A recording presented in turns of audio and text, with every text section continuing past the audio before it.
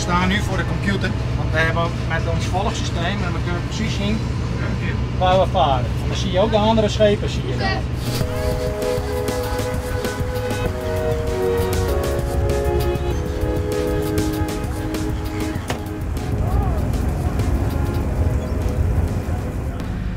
Als we straks halen, dan storten we de vangst in deze bak. Dan draaien we het uit, dan worden ze gesaved. En dan gaan we de goede garnalen, die gaan we koken en verwerken. Alles aan boord? Alles aan boord, ja. En als ze dan klaar zijn, dan doen we ze altijd in visruim en dan worden ze teruggekoeld. En skipper, waarom toch niet van de mooi wat gasten bij mij aan boord? Nou, er worden altijd heel veel dingen over ons verteld. En de natuurorganisaties en andere mensen hebben heel veel meningen over ons.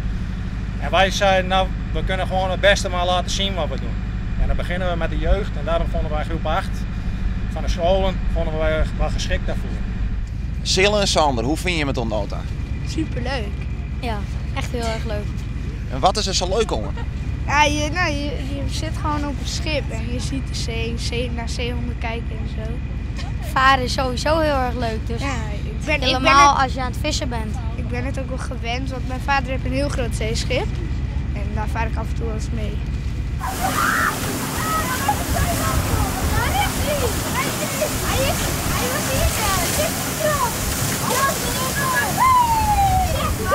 Hoe vang je eigenlijk een kanaal? Hoe pak je dat om? Nou, er liggen netten op de bodem met wieltjes eraan. En dan zitten ze op de bodem en dan springen ze omhoog. En je vaart natuurlijk wel een beetje, dus dan springen ze in het net en dan.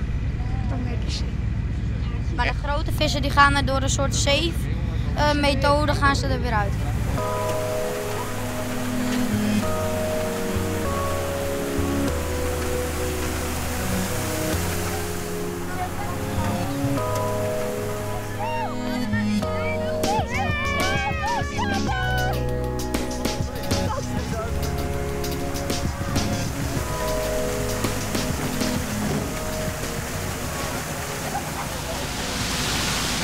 Skipper, hoe is de vangst? Nou, niet zo goed. Er zit wat weinig in, maar we hebben hier wat last van de kwalletjes met hoog water en stiltijd. Dan wil het eigenlijk hier niet zo goed, maar het is helemaal om even een indruk te krijgen. Het is wel mooi gezien, het was mooi schoon, er zat weinig bij. Dus ja, wat dat betreft is het wel een mooi beeld. En de band reageren enthousiast? Ja, dat is in ieder geval goed. Maar ja, dat is gauw snel goed. Hè. Nou, om economisch uit te kennen is het te weinig.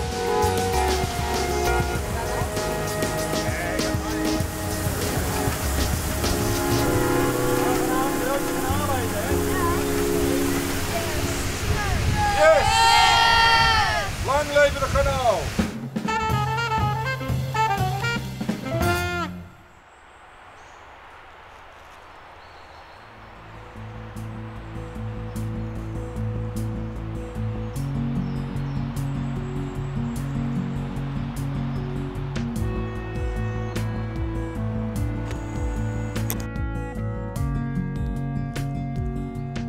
Wat ben je jou aan het doen? Ik ben tamme kastanjes aan het zieken. Die wil ik jong graag in mijn appeltaart hebben. Wat is nou het verschil met een gewone kastanje? De gewone kastanje is in principe altijd groen. En de hestjere op de kastanje, de tamme kastanje, zit eigenlijk altijd een puntje. En heel wichtig is natuurlijk, op het moment dat je dit zien komen, dan je probeert het op te pakken. Ja, dat stikkelt enorm.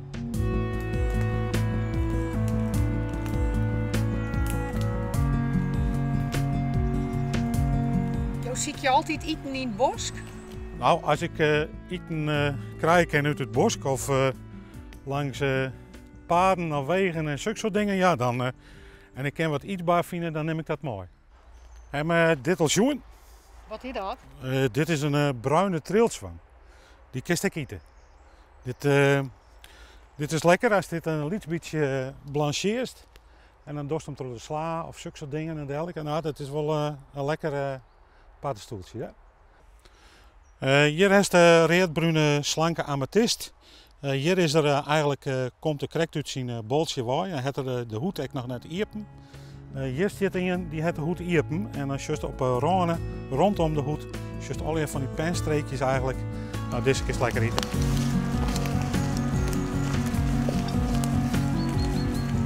En hoe weet je dat dit net giftig is? Ja, dat is leren, lezen, vooral een soort lezen. Ik ben ook altijd overal aan het zieken aan boeken en zulke soort dingen. En dan flink studeren is ze dan toch? Ik maak een foto. Ik kom een paddenstoeltje in die ik eigenlijk net ken. En om te weten of ik dat letter eten ken, ja, neem ik hier de foto, neem het maar naar huis. En dan begin ik thuis te determineren, zeggen we dan.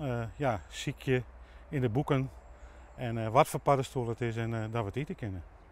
Hier heeft een kastanjebolet en die is ook eetbaar.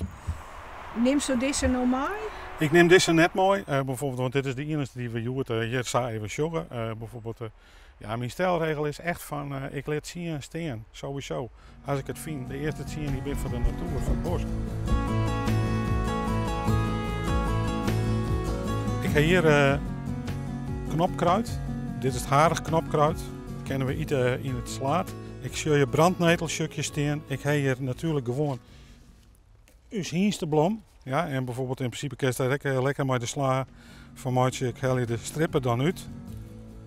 Nou, dit doe ik in de sla. Kom je nou wel eens in de supermarkt? Ik maak natuurlijk sommige dingen uit de supermarkt gaan, maar bijvoorbeeld ik probeer het op mijn manier wel te vermijden. Dat als ik zelf mijn slaat wat bij elkaar ziekje ken of andere dingen, ja, dan probeer ik dat op een andere manier te doen. Je kent een heel soort finets in het werk. Er groeit van alles.